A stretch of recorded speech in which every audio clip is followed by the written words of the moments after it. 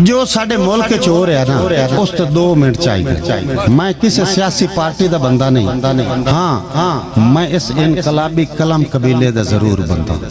जिथों तक इनकलाब ना आया उथों तक मेरा कलम चलता रहा, भावें बल्ला होवे, भावें शेर होवे, भावें तीर होवे, भावें खंजीर होवे, रिकॉर्ड ते आंदा। जिथों तक इस मुल्क की जरूरत इनकलाब है, बाकी ऐसे सारा वेखी कले कि डाकू चोर ते मुजरिम लोग नहीं सकते जे होवे जज्बा नेक सिपाही वो चंगी नस्ल दा कुत्ता भी वड़न नहीं देंदा किसी ओपरी शाह नू। बोल जेड़े जेड़ा गैरतमंद पाकिस्तानी बैठा है इत्थे ड्रोन हमले करके वग जांदे ने, सुते होए हैं, कहंदा मतलब साडे गैरत काई नहीं। डाकू चोर ते मुजरिम लोग नहीं सकदे। इत्थे मेरे पीर दा नारा मार, नारा हैदरी।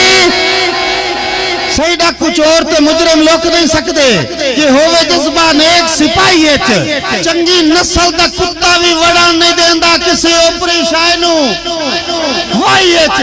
इंज गुरबत कासे मुंज कर सटिया है तेरी हाकिम लापरवाही ओए बंदे गुर्दे वेच के आटा लैंदे तो ठग सुल्तान दी